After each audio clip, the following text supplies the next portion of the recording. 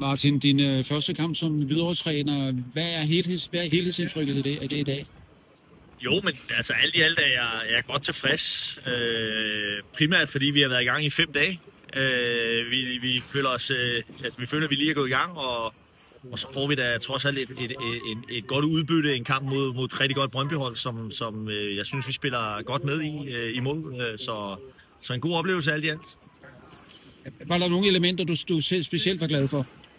Ja, der var flere. Jeg synes, i anden halvleg begynder vi at strække banen lidt mere, og nogle af de unge drenge, der kommer ind, løber lidt mere dybt, hvor jeg synes, i første halvleg kommer vi til at løbe lidt for meget imod bolden, alt for mange. Så der bliver det lidt for komprimeret, og Brøndby kan sådan skubbe det op på os. Der synes jeg, vi strækker banen bedre i anden halvleg. Det synes jeg var godt at se. Alt i alt arbejder drengene hårdt, og det skal de selvfølgelig også, når de skal spille 45 minutter, så de ved ligesom, at de kan dosere kræfterne efter det, men en god start, synes jeg alt i alt. Og du fik set 2 hold?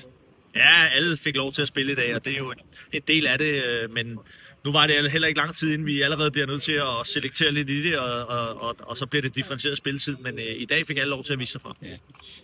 Det har været en intens uge, som jeg har kunnet se ud fra sidelinjen. Jeg er imponeret over, at de fysisk egentlig klarer sig så godt i dag. Ja, men vi spiller i hvert fald med, og kan måske godt se de sidste 5-10 minutter i hver halvleg, der begynder vi at halte lidt, også fordi Brøndby har bolden meget der, men alt i alt, så synes jeg, at drengene gør absolut, hvad de kan, og det er positivt, og de er også kommet tilbage i rigtig god form. Det kan vi jo se på den test, vi har lavet, så vi er et godt sted, men vi skal bygge meget, meget videre på herfra. Og har det faktisk været en god uge for dig?